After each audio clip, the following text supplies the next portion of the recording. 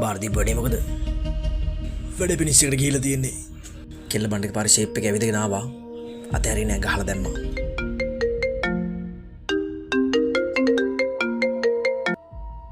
වසන්ත මල්ලි. ඔව් සෙන්ඩෝ අයියා. කොහෙද ඉන්නේ? මම පොට්ටේ ඉන්නේ. පොඩි වැඩක් තියෙනවා කතා කරන්න ඕනේ. වරේ. මං දැන් එනවා උතන්න.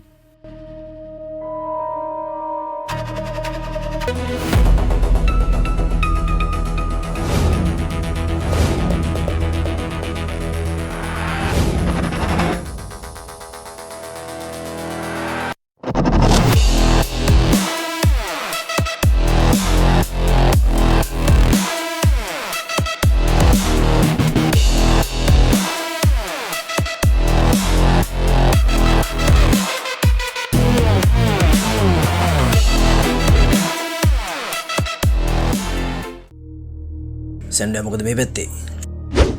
වසන්ත මල්ලි මම ලොකු වැඩක් කතා කරන්න ආවේ. මොකද්ද වැඩේ? කලින් ඒකට වැඩේ බාර දුන්නා. ඌවරීට කරේ නෑ.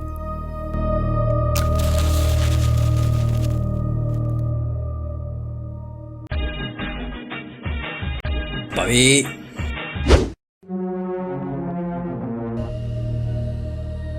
මොකද්ද වැඩේ? තුනේ කනුවේ ග්‍රාමීය බැංකුව කඩන්න ඕනේ. කවද්ද? අද රැයට. රැයට බැංකුව වහලානේ. හෙට උදෙන්ම ගිහින් පොලිමේ ඉඳපන්.